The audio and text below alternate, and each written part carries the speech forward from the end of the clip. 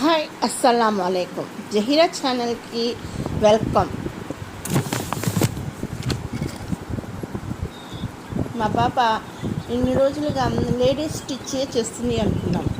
ఇప్పుడు first gents wear కూడా కుడుతుంది. మీరు ఒకసారి ఈ వీడియోలో చూడండి.